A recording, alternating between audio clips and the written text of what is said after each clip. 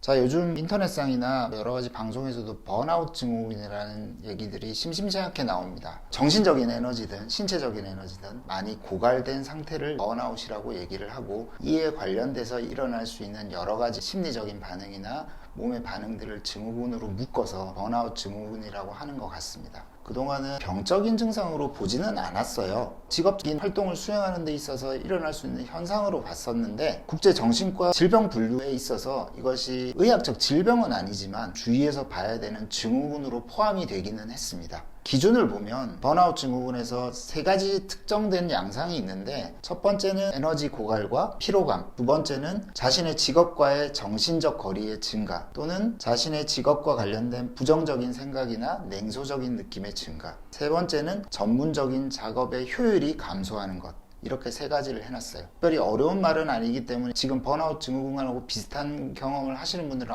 공감이 된다라고 말씀을 하시겠지만, 한마디로 하면 지친 거죠. 몸과 마음이 지쳤다는 얘기입니다. 여러 가지 연구에서 우울증과 연관을 많이 짓거나 함께 오거나 뒤이어 오는 경우가 있다라는 얘기를 많이 합니다. 실제로도 그런 일들을 겪고 나서 우울증 치료를 위해서 병원을 방문하시는 분들도 많고요. 여러분들이 번아웃 증후군을 생각할 때 나는 여기에 속하는지 안 속하는지 잘 모르겠다 하시는 분들은 대부분 안 속해요. 업무가 완료가 되거나 완수가 됐을 때 그때도 이렇게 나타난다라고 하는데, 그건 아마 일시적일 겁니다. 왜냐하면 그런 업무가 완료되거나 완수가 됐을 때는 보상이라는 게 따르죠. 정신적인 보상이나 육체적인 휴식이나 이런 보상이 따르기 때문에 그럴 경우에는 다시 회복이 돼서 일시적인 현상에 불과하겠지만, 끝나자마자 그런 기간도 없이 바로 새로운 업무가 시작이 되거나 이런 것들이 계속 반복이 되는 경우에는 아마 이것들이 만성적으로 일어날 수 있습니다. 이런 것들은 주의하셔야 돼요.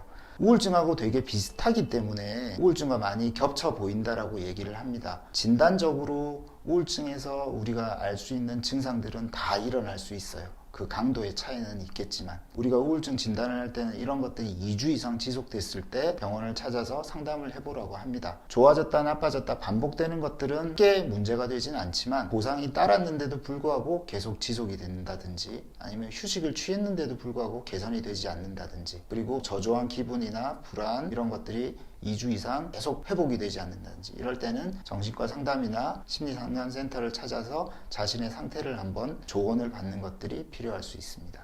번아웃 증후군에서 가장 유발할 수 있는 흔한 요인, 직업적인 스트레스나 직업적인 업무 강도겠죠. 보통 권고하는 번아웃 증후군을 해결할 수 있는 방법은 아주 간단하게 휴식이라고 나와 있습니다.